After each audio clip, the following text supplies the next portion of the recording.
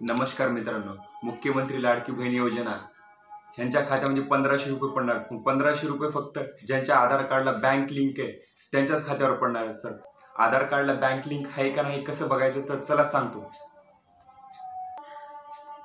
तुमच्या फोनचं Google open करायचं, तिथे सर्च करायचं माय आधार.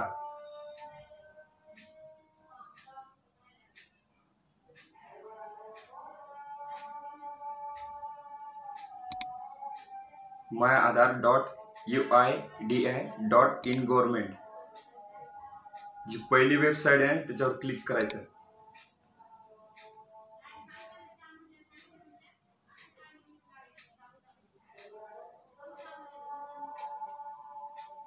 खाली आल्यानंतर बँक सेंडिंग स्टेटस त्याच्यावर क्लिक करायचं. वरती तुमचा आधार कार्ड नंबर टाकून घ्यायचा.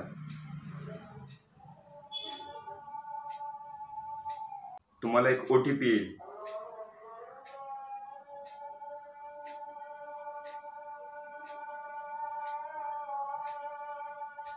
ते OTP आल्यानंतर टाकायचं. जर आधार कार्डला बँक लिंक असेल तर इथे दाखवते, नाहीतर नाही दाखवत.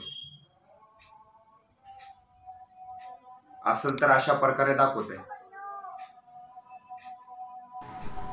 आधार कार्डला बँक खाते लिंक नसेल तर बँकेत जाऊन DPTचा फॉर्म भरून द्यायचा आहे, तरच तुमच्या बँक खात्यात पैसे पडणार आहेत.